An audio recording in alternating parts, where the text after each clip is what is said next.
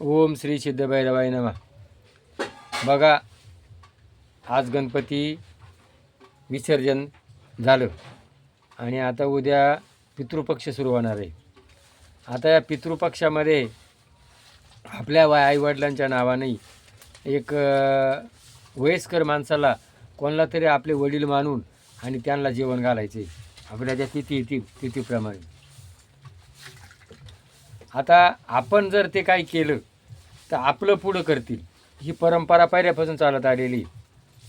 आणि मग ह्या निमित्तानं एकत्र येणं, आनंदी राहणं, एकमेकाच्या गाठीभेटी घेणं आणि प्रेम संपादन करणं हा मुळात याचा हेतू आहे.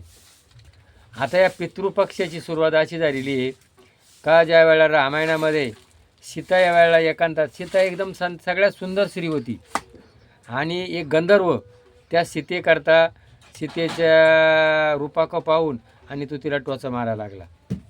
आणि राम काय करत होता, यज्ञ करत होता आणि दर्भाची काडी फेकली आणि त्या डोळीमुळं त्याचा एक डोळा निकामी केला.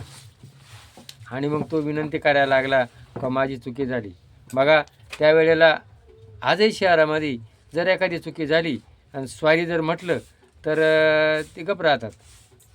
तसं त्या याला त्यांनी माफ केलं.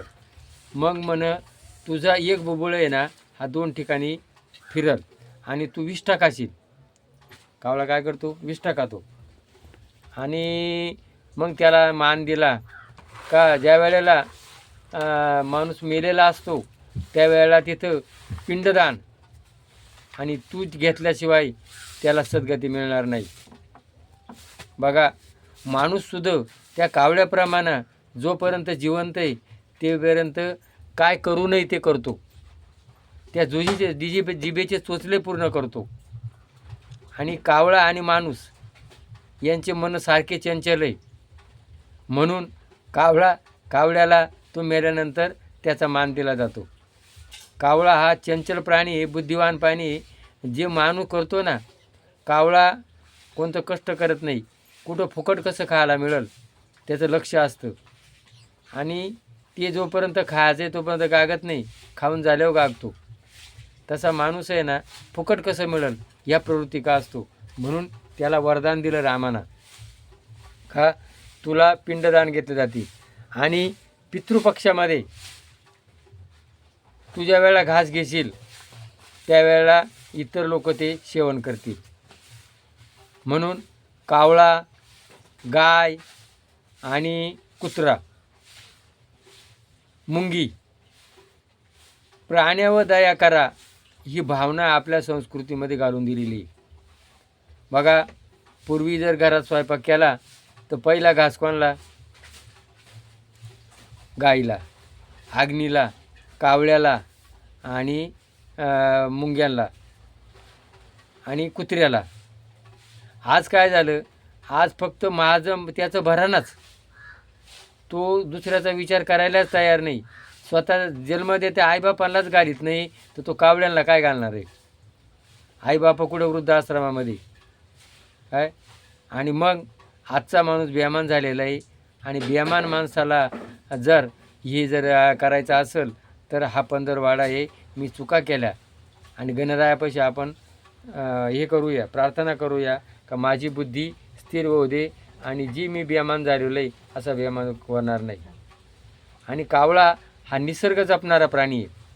कावळा ज्यावेळेला विष्ठा करतो त्यावेळेला ती झाडं उगतात, वड, पिंपळ, अनेक असे जे काही गुळवेलाचे फळं खातो. गुळवेल, कडुलिंब आणि पिंपळ ह्या उंबर ह्या वनस्पती आयुर्वेदाच्या दृष्टीनं पूज्य मानल्या गेलेलं आहे. त्या वजनवायू घेतात, वजनवायू सोडतात.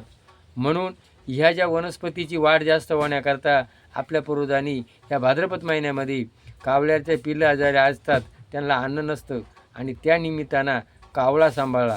कावळा जर वाढला तर निसर्ग वाढेल, निसर्ग वाढला तर माणूस जगल. आज गणपती बसला आहे, आज खूप डेकोरेशन करू राहिले, खूप खर्च करू राहिले, पण तुम्ही तोही करा, पण निसर्ग कसा वाढता येईल माणूस माणसापाशी कसा येईल? निसर्ग वाढवण्याकरता प्रत्येकाने जर खर्च केला, झाडं लावा, झाडं जागवा. आज बघा 4 महिने झाले पाऊस पडतो, निसर्गाचा समतोल बिघडला नाही.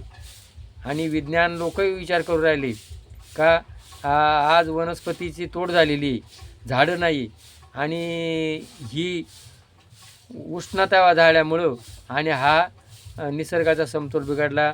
म्हणून प्रत्येकाने झाडं लावा, झाडं जगवा. हा खर्च झाडाला करा, प्राण्यावर करा. आज शेतकरी हयास आलेला आहे. शेतकरी धान्य पिकवतो, शेतकऱ्याला भांडवल नाही आहे, आणि हा इतर ठिकाणी जो खर्च करतात. आज काही लोकांका पैसा मुबलक आहे, देवस्थाना ठिकाणी पैशाचा माप नाही आहे. काय आज मंत्र्यांपाशी पैशाला तोटा नाही आहे, व्यापाऱ्याला तोटा नाही आहे, आणि आज घाट्यात कोण आहे? शेतकरी, गरीब, मध्यम शेतकरी. म्हणून प्रत्येकाने विचार धरा, ध्यान धरा, आणि या गणपतीरायाला आपण प्रार्थना करूया, पितृपक्षाचे स्मरण करूया. आणि आपण हे जो पैसा आहे हा मुबलक पैसा इतर ठिकाणी खर्च न करता वनस्पती लागवड, झाडं लागवड, शेतकऱ्याला मदत ही जर केली सगळ्यांनी, तर आपला देश सुबलम सुफलम होईल आणि गणराजाला आनंद होईल.